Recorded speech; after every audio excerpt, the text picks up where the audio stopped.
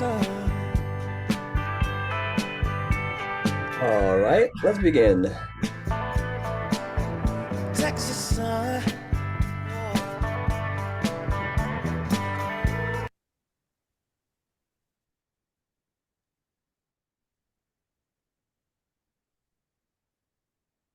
All right. Thumbs up. You can hear me okay? Awesome. Hello, everybody. My name is Cardozy Jones. I am a CEO and founder of True North Center for Organizational Health, formerly known as True North EDI, which we will talk about. And I'm going to pass it over to Erin. Introduce yourself.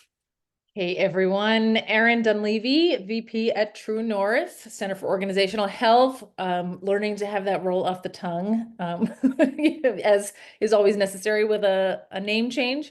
I'm just excited to be with you all today, and it's great to see your faces. Thanks to everybody. Of course, no pressure for cameras, but it is great to see you all. Yes, so excuse my mouse there. Um, So our webinar today, from DEI toward organizational health, expanding our vision together. A few things just off the bat about that. Um, we will always be extremely have a lot of reverence and pride of the work that so many of us have done in the DEI field and continue to do. And so this is not about erasing any of that. It isn't even about moving beyond that, right? This is what it looks like to take the current circumstances and go deeper and to expand. So we're doing that with you all in community today. This is being recorded, so thank you in advance for kind of helping expand the horizon for others who will ultimately see this video. And a few things, this is a meeting versus a webinar in terms of its format. So all that means is that there will be, there's one opportunity in the beginning for folks to share, and Alexa will give some instructions when we get there. But you're welcome to share in the chat, or you're welcome to raise your virtual hand and just share out loud. And we'll give some more structure for that as well. Very, very, very brief shares. And so if you're on Zoom, at the bottom of your screen is typically either a button that says react, and that will give you hand raising options, or there might be a button that just says raise hand, and you press that as well. Sometimes you can just raise your hand and it'll find your hand because science is sciencing all the time. All right, let's keep moving. So, as Cardozy said, because we're in a meeting format, the agenda is slim. We're going to have a little opening. We're going to invite folks to share. We do want to identify the landscape. We're going to spend not a ton of time here because you're all living it. So it's important for us to situate ourselves in that landscape. But fundamentally, we want to move into defining organizational health. What we mean by that, it's not a brand new concept, but certainly for True North, we're orienting towards organizational health in a particular way. We'll introduce our elemental design framework. This is not new. All of our EDI work was really conducted through this framework over the past years. And we have a resource we're going to share with everybody that you can ideally use to make some change tomorrow if you want to. And then a Q&A. Oh, and then a Q&A. Yeah. A little Q&A. So, as we discussed, we love to I want to fill up the space with the commitments that are bringing us here. So I would love for you to consider and share one commitment that brought you to this webinar, that has you register, that has you thinking, that has you churning, that has you where you are doing what you're doing, one commitment.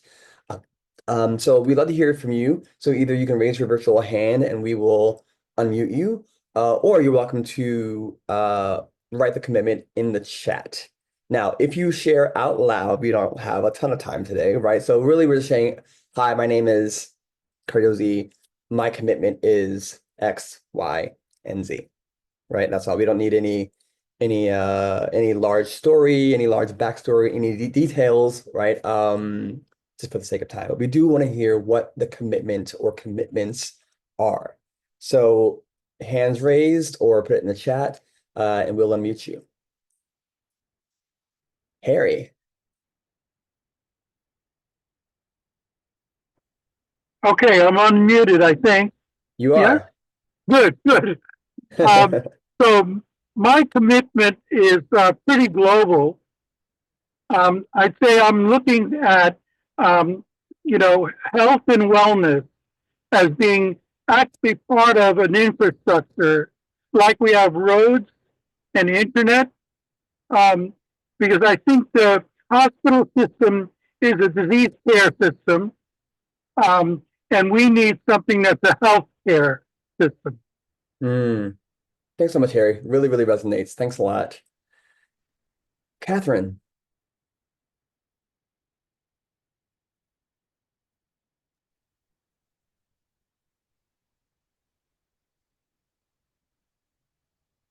Ooh, Catherine, if you want to put your hand up again, you disappeared.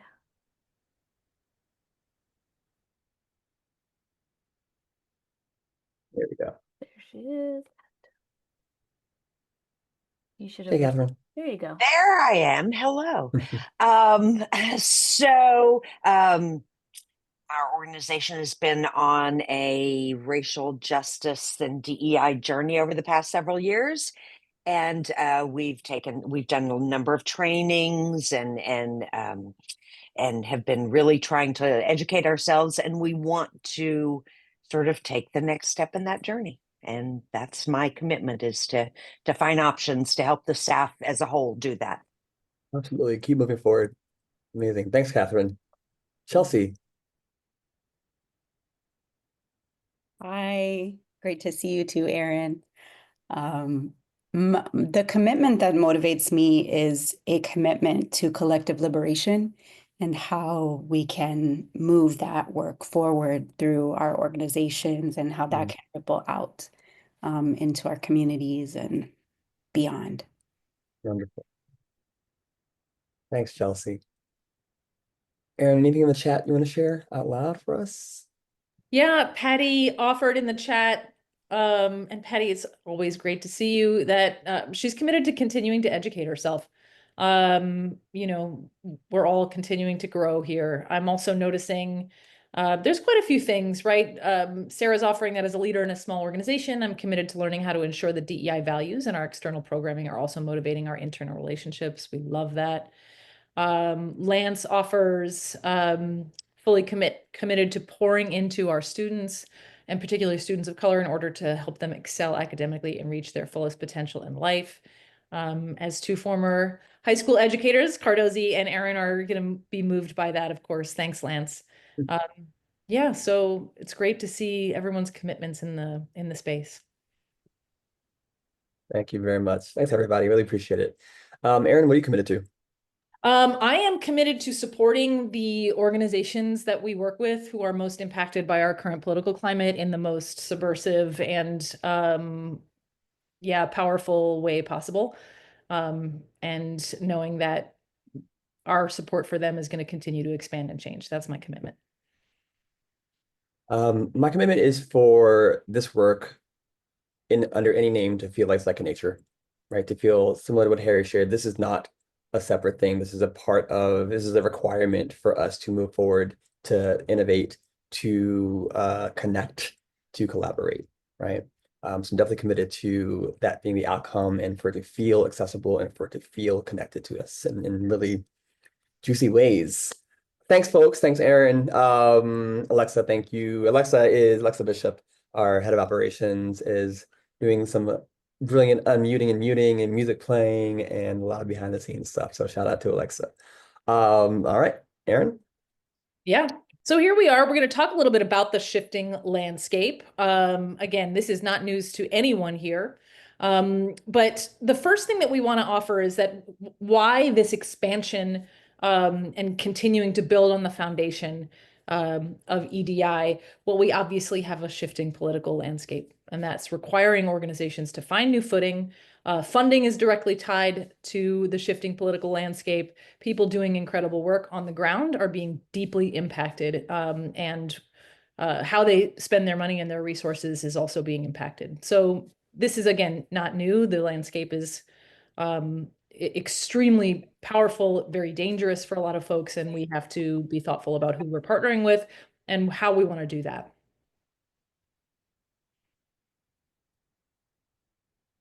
So workers are less motivated by longevity and more by values alignment, purpose, and how well their well-being is supported, right? This is a growing kind of experience, I think, in the ether and very much on the ground. We're seeing this, we're smelling this. This feels unchanging and will not go away, nor should it, right? The demand for well-being to be taken into account for me as an individual, as part of a collective.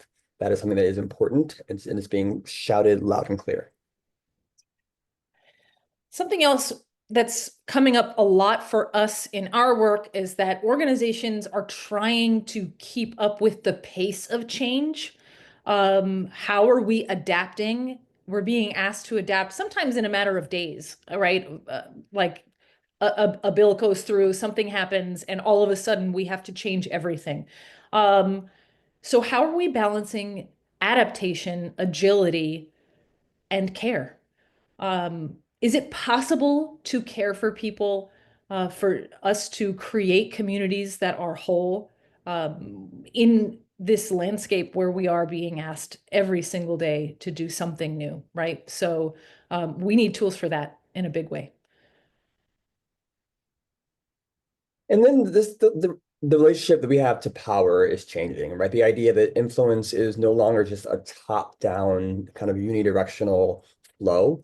And I think we have lived in a society where for a long time we inherited kind of just the status quo of that, and that is no longer what is happening.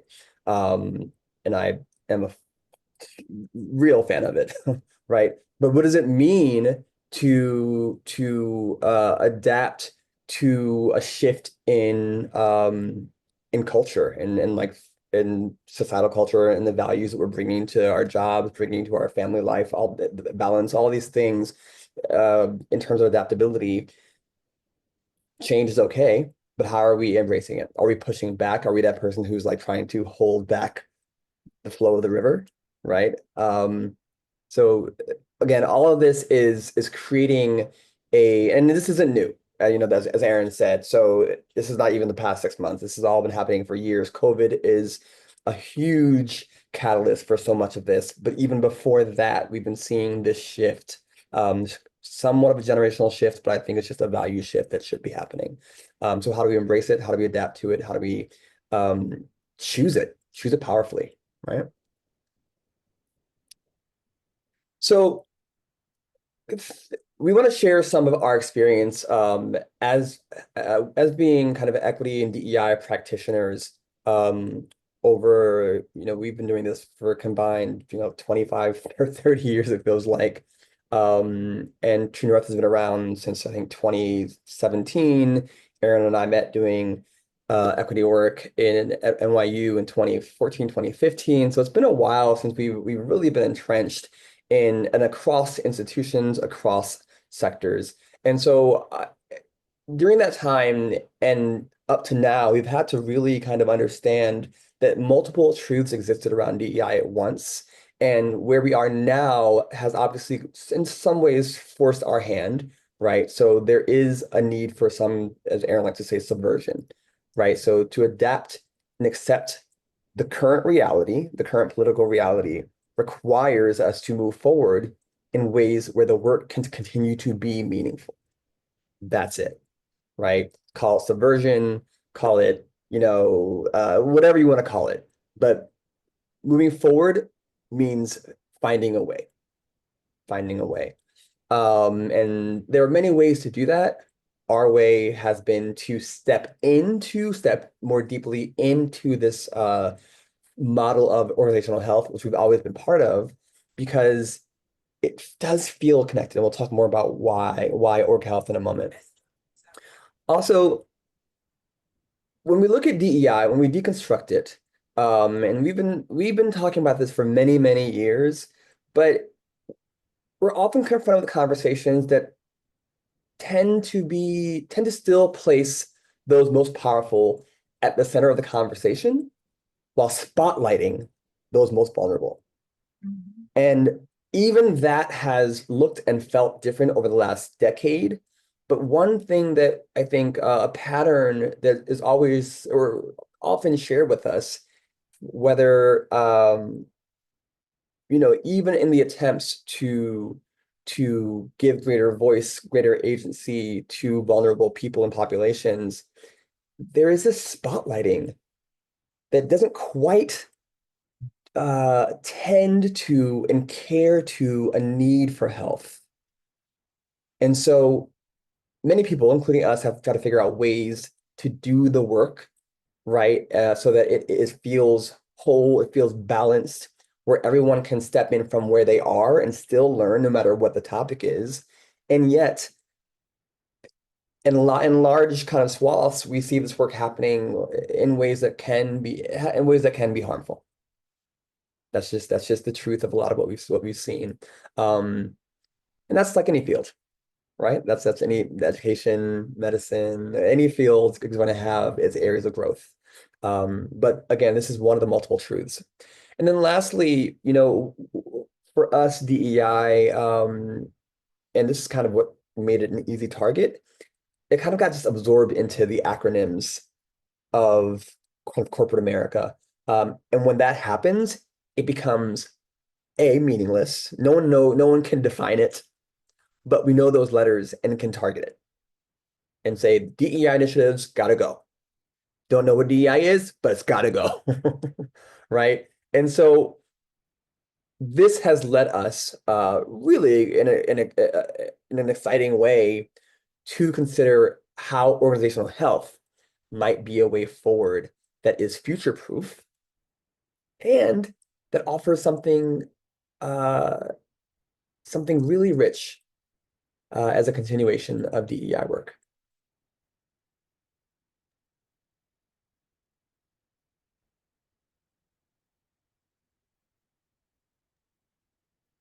All right, I get absorbed in you talking. Is it my turn?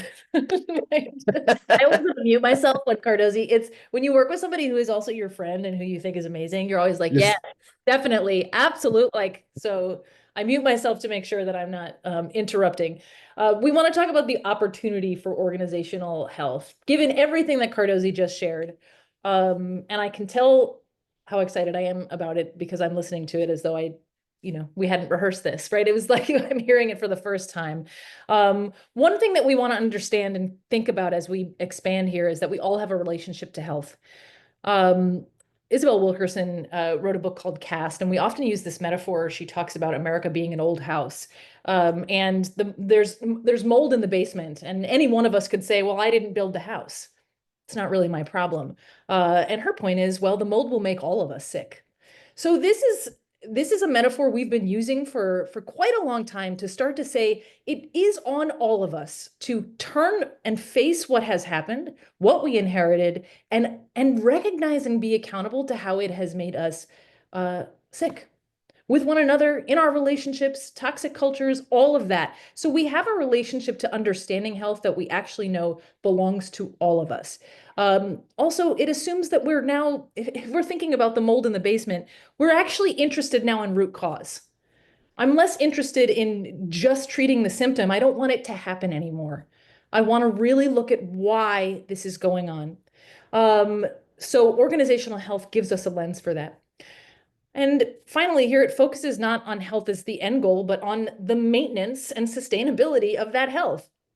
Right? I've noticed myself, it changes as I change. I'm getting older, right? There are needs that I have now.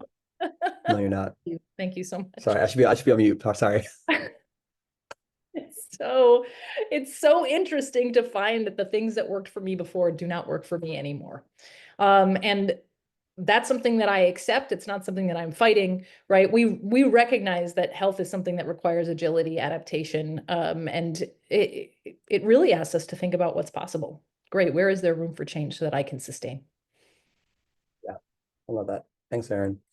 I recognize we're a little reversed in our order here, but it's okay. So additionally, let's use my cursor here, moving windows.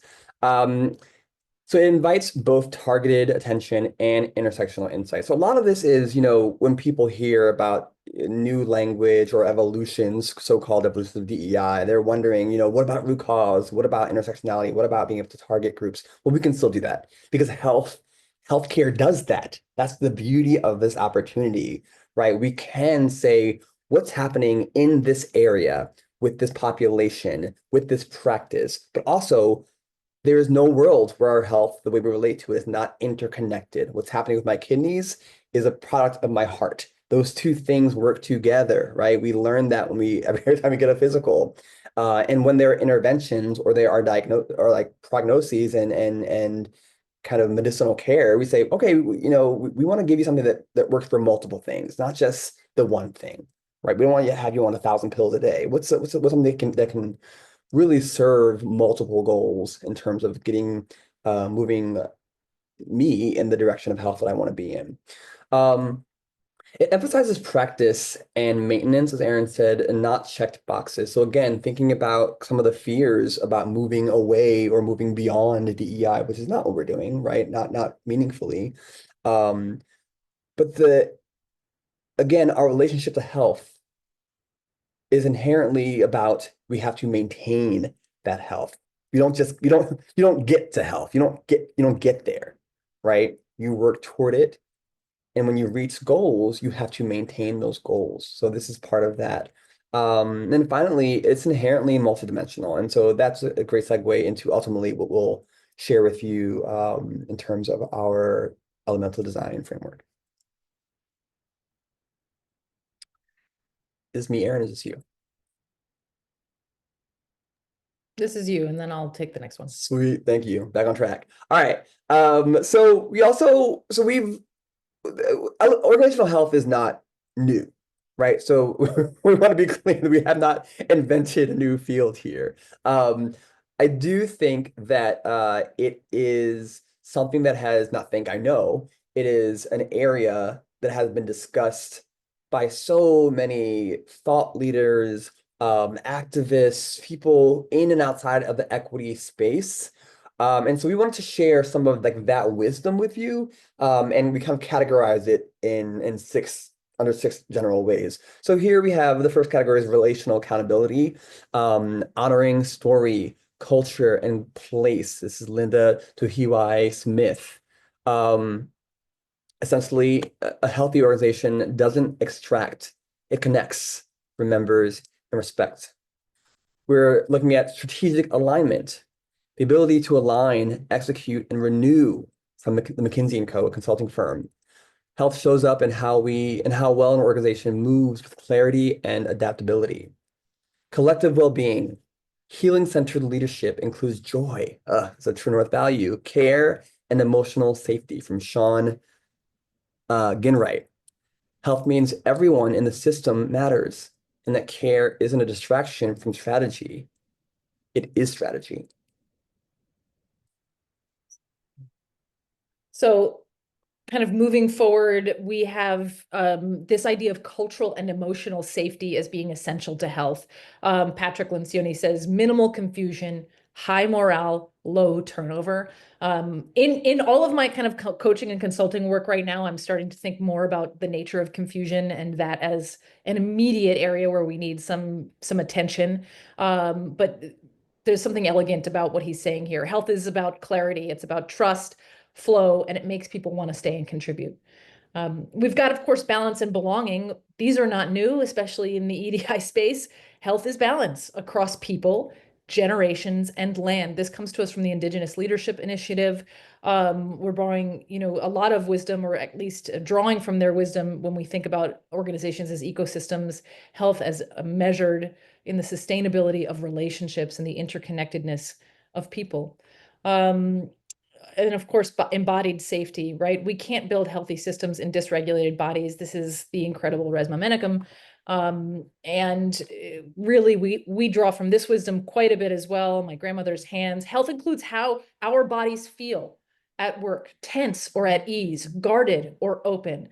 Some of the somatic wisdom that we have right now in our work lets us know immediately where there are problems, right? How does it feel? I remember going into spaces as a consultant many years ago, and just not wanting to eat certain places, certain buildings. I didn't feel safe enough to sit and relax and have food. That was always a message I didn't quite notice until later. Oh wow, I'm too tense to do something that I feel is vulnerable, right? Like have something to eat or have lunch. So these are some of, I would say, kind of the 6 pillars that are informing how and why we are approaching this work through the lens of organizational health now. Thanks, Aaron. And I think one thing that feels worth noting here is that this gives us access to both caring for the collective and caring for the individual. So a lot of what we do at True North is coaching, right? So we can have an organization that gets a high score in terms of health, right? In terms of DEI, but you have individual contributors, managers, so on and so, so forth and so on, who need support, who are bringing in inheritances from old positions, from their views on leadership that are not serving that larger culture. And we can say, all right, let's look at you as an individual. What does it mean for you to be part of this culture? What does it mean for you to be a culture leader here in ways that support positive growth? And so this connection between the individual and collective feels actually a little bit like a new entry point for org health in a way that it did less so for DEI. We're really looking at institutions and systems. And for org health, we really can do, again, multidimensional. We can kind of hit it at all levels. So what are we saying about org health, right? This is kind of our language here. Organizational health is, in practice, when individuals and teams feel valued, supported, and connected as a result of intentional practices that prioritize care, cultivate trust, and align people with purpose. Like, hire me now, sign me up, right? Again, we want to find ways for everyone to be able to see themselves in this model, for everyone to say, yeah, sign me up, right? But what does it look like, those intentional practices? As we all know, again, with our relationship to health, it's tricky. We don't always follow through with our own values as it relates to our health, let alone the health of the collective that we're part of, right? So none of this is easy, but we do know what's possible when it's in practice. We know what I'm able to do when I feel healthier, when my family is healthier, when True North is healthier. We're able to do things that we could not do before. So that's the goal here, right? So we wanted to offer now, just again, show you kind of the container of this when it comes to how we're bringing it to organizations. Aaron? Yes, the container, you've kind of heard us use this phrase already. We refer to it as elemental design. And the elemental design framework offers a holistic lens to sort of assess. We always talk about this as probably the phrase you'd hear the most at True North in any of our meetings is what's present and what's possible, right? What do we have? What are we looking at?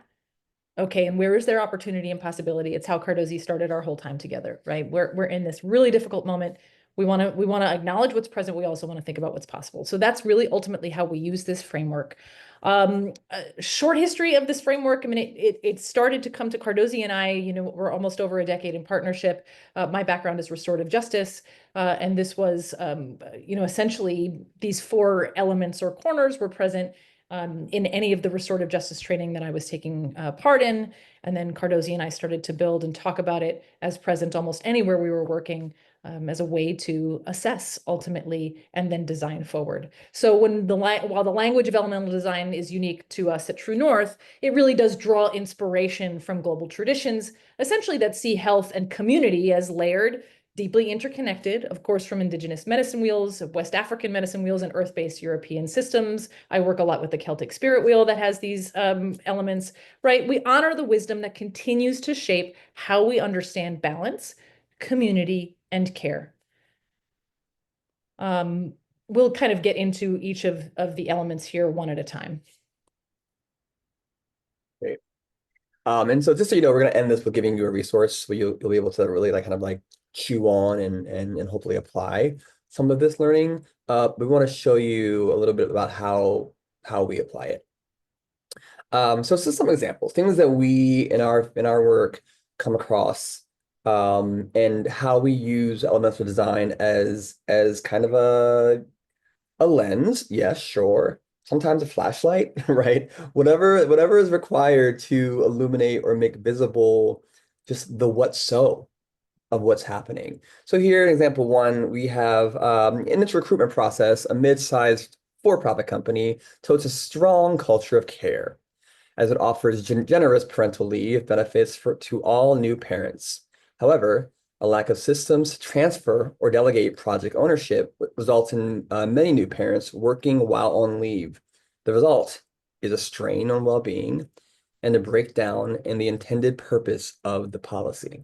So we encounter things like this all the time, and just words that I want to pull out some words here. It places a strain, right? That's health language. It's physical language. What does it mean to experience strain, and what are we able and or not able to do when we are experiencing strain? So using this example, we will, sorry, my mouse here, look element design, and first we'll look for like what's some of the strengths, right? So strength here, they're people-centered policies. So in the physical corner of elemental design, we're looking at the humans, the bodies, the identities of people in the space, right? So we're looking at people, new parents, and a concern and a care for those individuals.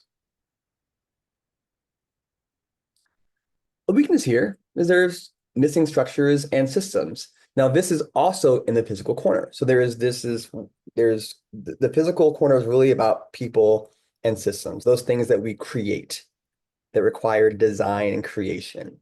And so in this corner, we have a strength and we have a weakness. Exactly. So in example two, we see this, these are kind of, I mean, they're really combinations of a lot of the clients we've had over the years, but we do see this kind of case quite a bit. A consulting firm known for its system thinking's expertise. So they are consultants that move out into other organizations and a transformative mission, working exclusively with impact-driven nonprofits and foundations. Struggles with a toxic internal culture. Gossip, passive aggression, and retribution are common, creating emotional harm and undermining trust. And as you can imagine, another symptom of an organization like this is high turnover, right? Despite strong infrastructure and a shared sense of purpose, and as we were saying, right, really strong systems thinking expertise, the internal climate makes collaboration really difficult. So when we think about strengths, of course, we are thinking about strengths in the physical corner, right? We know the physical corner is the tangible structures, workflows, right? People, knowledge-based employees, right? And more importantly, the diverse humans navigate these infrastructures. There's reliable and seamless operational infrastructure in this organization. But when we look at the spiritual corner, which is a deeper sense of purpose and connection that aligns with individuals and teams, we see that that's really strong here too. Everybody knows why they're there. They understand what the shared purpose is. So when we're thinking about weaknesses, as we can see in the emotional corner, which is the culture ultimately, and levels of trust, belonging, psychological safety lives in the emotional corner that impact organizational relationships, we have a really harmful relational culture. This happens a lot in high performing organizations, right? We know also that there's probably a lot of intellectual strength here, but the toxic culture makes any kind of collaboration among this knowledge-based group of employees really difficult. Thanks, Aaron. Also for reiterating, no clients were harmed in the creation of these case studies. Our last example here, a popular retail company with a mission to improve everyday life through affordable, accessible, and ethically sourced products, received high marks from staff for communication, daily operations, and a sense of feeling valued. Despite being headquartered in a majority Black and Latino city, the company lacked meaningful representation,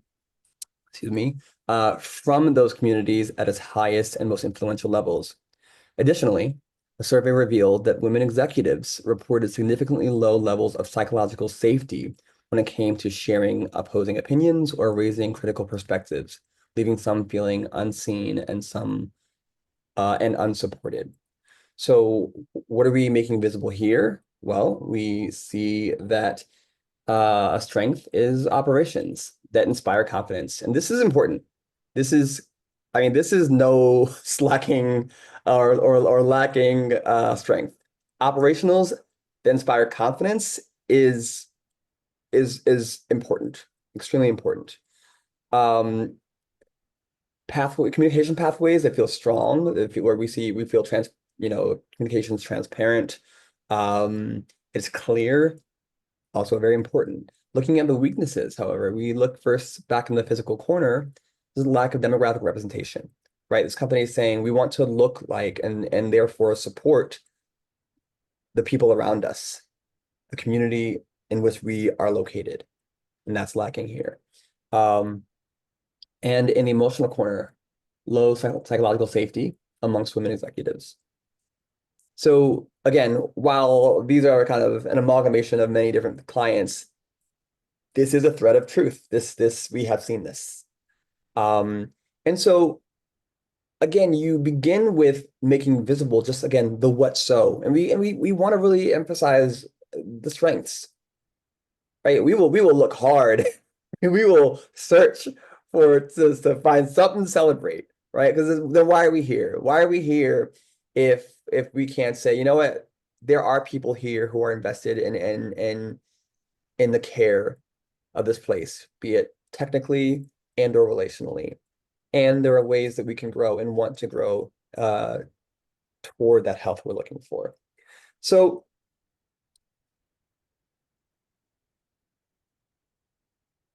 we want to also, Erin, this throws to you.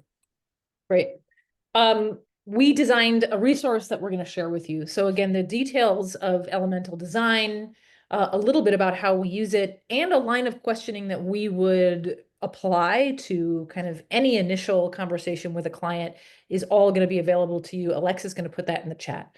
But fundamentally, what this resource is going to help you do is diagnose areas of strength and strain within your spheres of influence. That's important, right? We don't want to say that you're going to take on, the industry with this little resource and be able to make all of that kind of change. You want to think about the resources really being for you and the places and communication pathways where you have the most influence within your organization. Ideally, it should spark honest reflection using guiding questions that surface unseen barriers, tensions that might exist, opportunities, right? Where are their pain points? What's present and what's possible? One of our favorite questions ever at True North is we always ask, what did we inherit that no longer serves us? Just because that was the way it was always done doesn't mean it needs to keep being done that way, right? So this line of questioning should help you surface that. Some things that we inherited that don't work anymore. It should also allow you to bridge present realities and future possibilities. This is extremely important, right? If we're willing to turn back and learn from what has happened, we should be able to ideally design a future where, right, teams can imagine healthier, more equitable workplaces. What will it look? We always say, what will it look, feel, and sound like? It should align people, processes, and purpose, right, in service of both individual well-being and community outcomes. Both of those things are important. And then ideally, we want to start meaningful conversations that lead to strategic, human-centered shifts in how work gets done, right? People are at the center of what we care about when we work with organizations, and this tool should center people first and foremost. Thanks, Erin.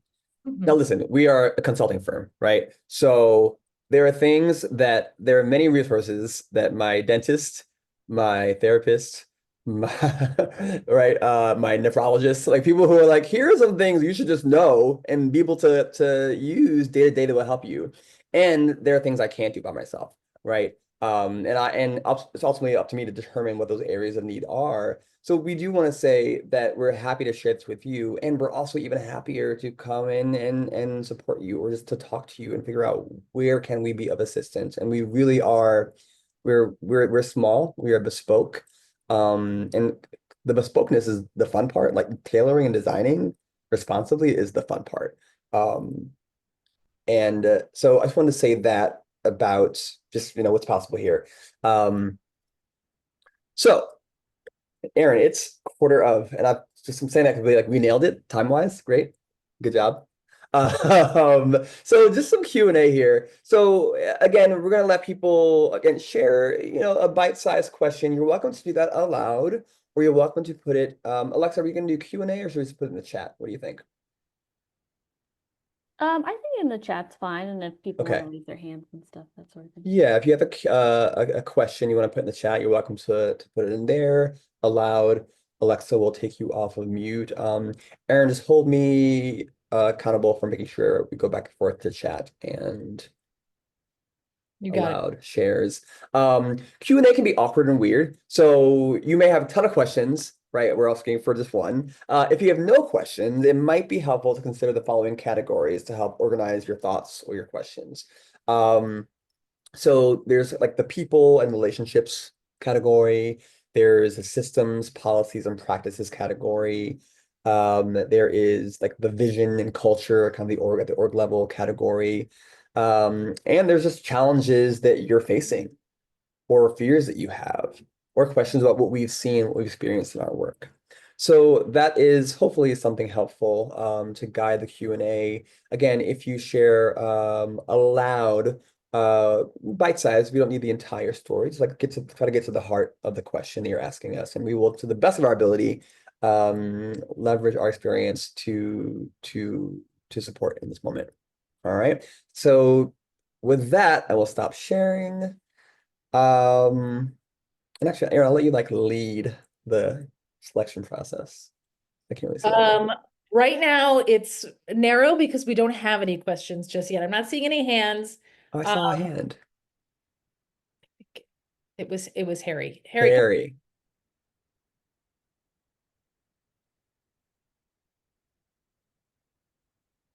you've been asked to unmute, Harry. There you go. Okay, good. So, a major flaw that I want to point out, and this is really important to hear. We should not be using the word intellectual. We should be using the word mental. Intellectual opens us up to critiques about elitism. Mental is an actual condition that's human-centered. You don't have to be an intellect to be having a mental function. So there are a lot of people who have mental problems, and some of those problems are, culture-wide. Some of those problems are specific. Intellectual does not align with physical, emotional, and spiritual. Thank you, Harry. Appreciate that. Language is huge in our work. In the last decade of our partnership, we have come up against a lot of language, I would say, including diversity and inclusion, that poke and create tension. And we have to find ways to make meaning that supports growth in that area. So I appreciate that for sure. Thanks a lot. Any other questions?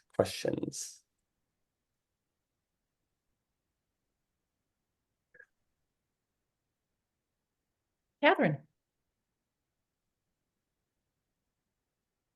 I am interested in how practically it works. Like how, what is the process? What is the procedure? How do we get to an elemental design practice?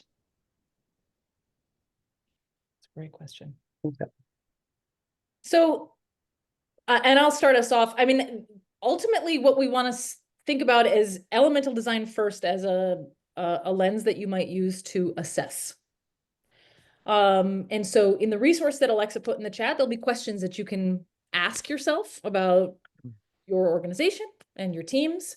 And those questions will be like, right, it feels good to work here, right? It might, some of our questions, I actually do prefer the term intellectual corner because we're focusing actually here on learning and the practices of the cognitive practices of the mind within the professional space versus mental, which is biological and much more related to sort of the hardware rather than the software. So I'm going to stick with intellectual.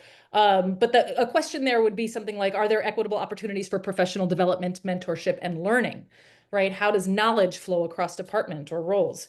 Are there barriers to knowledge gaining, right, or to learning? Where are we growing as learners in the organization versus where are we kind of stagnant?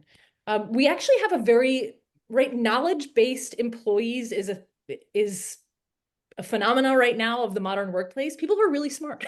They have a lot of access to information. They have a lot of, especially our, there's generational aspects to this too, right? We have digital native employees, people who are there pathways for that knowledge to be shared? So that would be a line of questioning, just, off the cuff, that would allow you to assess an area of your workplace that might allow you to say, okay, we actually don't have a lot of professional learning. Now we can turn that into an action plan, right? So that's just an example, but within the resource, it'll give you a starting place. There are certainly more complex. We use this to create vision and mission statements. We use it to help identify. We've used elemental design to create a 5-year strategic plan with a client, including benchmarks in all of the areas and in the corners. So this is, there's large ways to go, but Cardozi said it earlier, I wouldn't necessarily take that on without some help. And that's what we're here for. Yeah. One of our longest term clients, like since 2018, we began this work, and it began with the creation using elemental design to create values. And then we use it as a lens to, over the course of, now 7-8 years, that lens has been shined onto the hiring process. The lens has been shined onto the evaluation and performance process. It's been shined onto board review process and board recruitment processes, right? So the goal, again, health is a long-term journey that never really ends, right? So we're looking at ways to, where do we focus during what time, and based on the priorities that we service with each other collectively, right? Which we service those priorities using elemental design. And then we just slowly kind of prioritize areas. And it's been a joy to watch. And I think we also want to, because of this this idea of like long-term progress and maintenance, we do want to really understand that pacing is important. We've seen a lot of work go at a pace that was not the pace of trust. B, ask more than the infrastructure of the organization could handle. Right. So we want to understand where's balance exists for us, and what is our long-term vision, even if we're not here to see it through, which happens all the time. Right. Thanks, Catherine. Chelsea. Hi, thank you for this. I love it so much. I am really appreciating how in each of the 4 areas, there are opportunities to kind of do a little bit of mapping of power and privilege and look at how, what would be called DEI is operating. And I also noticed that this kind of really pointed question of how are power dynamics, identity, and past harm shaping our team culture, and that's located in the emotional area, which is definitely really important. And I'm curious about, like, what was your process of deciding, how specific to be, in how you bring those dynamics in to each area? And are there ways in which you think, you know, having like a more explicit, pointing to it being in the emotional area, could that cause it to be, sidelined, or you know what I mean? Like, I'm just curious about that process, like how you decided that. Difficulty, Chelsea. You're so right. This is actually the biggest issue that we have, because almost anything you want to look at a certain point, human beings are not the siloed aspects of these selves that are they're all deeply interconnected. It's what makes us whole, right? So the arguing around where a question would go and the amount of thought that, right, we're putting into it. The fact of the matter is that you could use a power lens for any one of the corners. period. What are the system structures, the tangible policies and practices that we inherited from, right, from really oppressive systems that came before us that are operating to reproduce, even though everybody within it is like, well, I can't wait for diversity. I love, right? We've seen that so often. So ultimately, a power lens is going to shine a light on any of the four corners. We are really interested, though, I think, when we landed that question there, in the pain, just the pain of showing up to work as a starting point, as the symptom from which to look at root cause. And then likely you'll arrive at the systems, the lack of learning, right, in the intellectual corner, the systems, of course, and procedures, and just even the ways that bodies are treated. I'm thinking about accessibility, right? Can people even get to places? Can they, how is the building, right? In terms of how people's body needs, there's a way to look at a power lens to all four corners. I would just say the best thing to do for Chelsea's amazing question is to think that none of this is hard and fast. Everything is deeply interconnected, and that's kind of the point. But it's a good starting place, right? A good starting place. Cardos, anything you want to add to that? It is a great question, though. Absolutely. I mean, it's one of the questions that we ask working with organizations is, where do you see like two corners connected and interconnected, right? Three corners, we prompt the interconnection, as we said earlier, this because health is inherently interconnected, right? Is one of the questions we ask folks to consider holistically. So it's a good question, because this resource actually gives you questions for each corner separately, which we use and are happy to talk through. Our questions are holistic.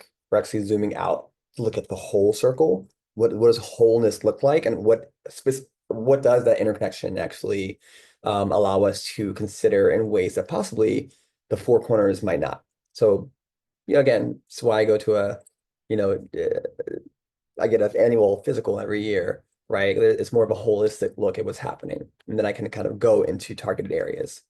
Thank you. All right.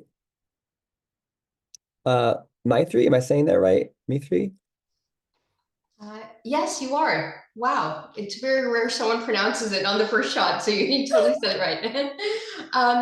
Yeah, so thank you for this framework. It's really helpful just to understand how folks are trying to move with the current climate that we're in. I'm really interested in the quadrant called spirit, and I'm personally I'm happy to see it being brought into organizations, and I'm also curious if there's any pushback to that, because spirituality / religion sometimes is like, oh, you just don't talk about that stuff in the workplace. And I love that you brought in the indigenous lens, but just curious if there's been any pushback there.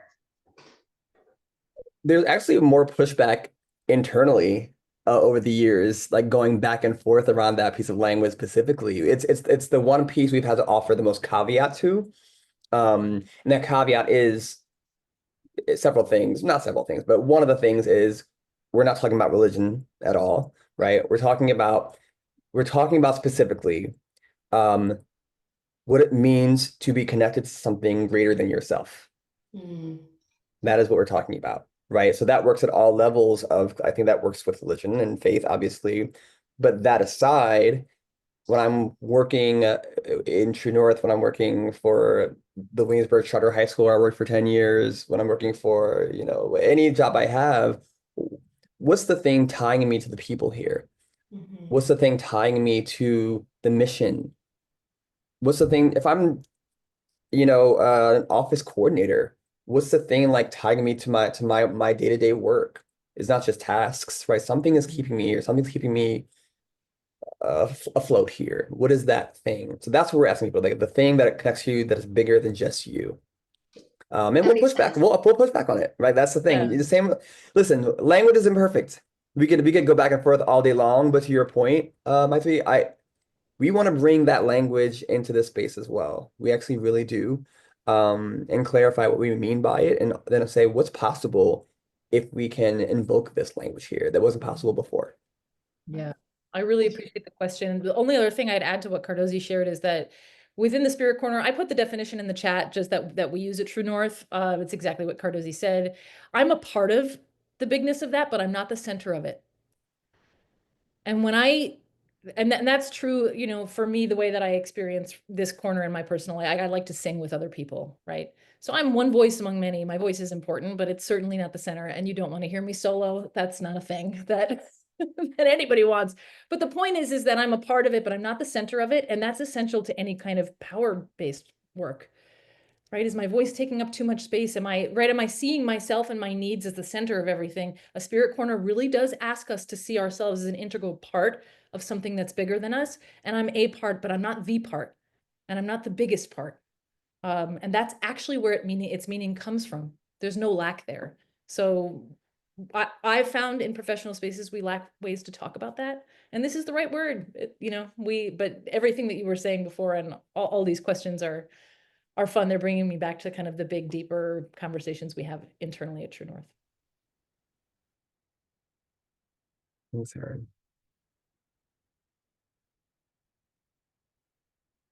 Any other questions?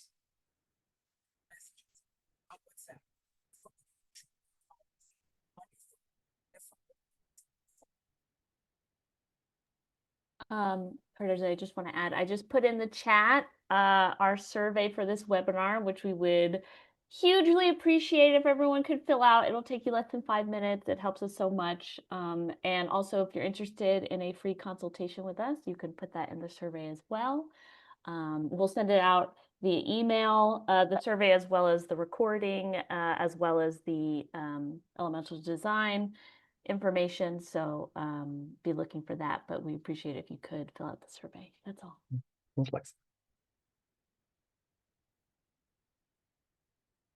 All right. Well, the questions don't need to end here, as Alexa said. If you want to just talk to us, ask, we're happy to just be a sounding board for folks who are trying to figure out if this is what moving forward looks like, or in what ways this might align with what you're hoping to do.